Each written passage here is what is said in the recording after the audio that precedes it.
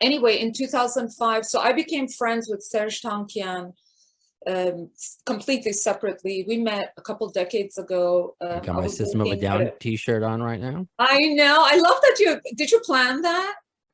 I usually do, but this time I didn't. I I love usually it. So do. see, Right? it's this weird connection I know. again, because Well, actually that's where everything just sort of came back with Buckethead. Is then we lost touch for years. And then I was working at a bookstore at the beginning of my music career just to support myself. And one day Serj Tankian, a lot of people, famous artists came in there. And Serj Tankian came in one day and we just got to talking, and I just told him, I was a big fan of his and I loved his activism. And he was like, I love your music. I have your albums. And then we became very close friends. And then he called me in 2004 or something. He said, you're friends with Buckethead. I'm producing an album for him. It would be great if you can sing on it because he loves your voice. And I said, oh, absolutely. So I went over.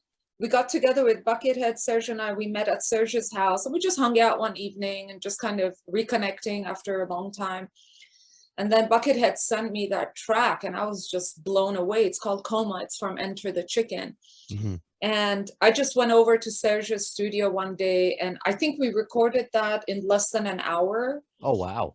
I just sang. And then Serj was like, oh, I hear this great harmony. And he came and did it. And it ended up being a huge song. That song, just to this day, people write to me about it. I think that song, if people who know me through Buckethead either know me like you from my last announcement, or they knew me from the release of that song. Right. And it's so funny because when I made the official announcement about the album, a lot of people kept writing the same comment, and it was so hilarious to me. They called me, they're like, oh my God, it's Coma Girl.